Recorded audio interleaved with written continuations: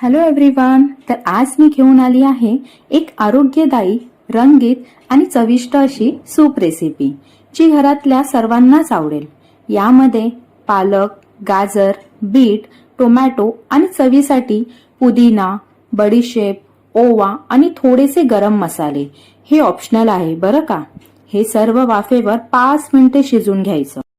त्यानंतर मिक्सरमध्ये आपल्या कलरफुल भाज्यांची पेस्ट तयार करून घ्यायची आणि नंतर छान अशी तुपामध्ये जिरे, आलं लसूणची पेस्ट, कढीपत्ता, हळद, हिंग आणि चवीनुसार तिखट. तर मी इथे एक छोटीशी मिरची टाकली आहे. आपण तयार केलेली पेस्ट टाकून चवीनुसार मीठ टाकायचं आणि छान असा सूप तयार.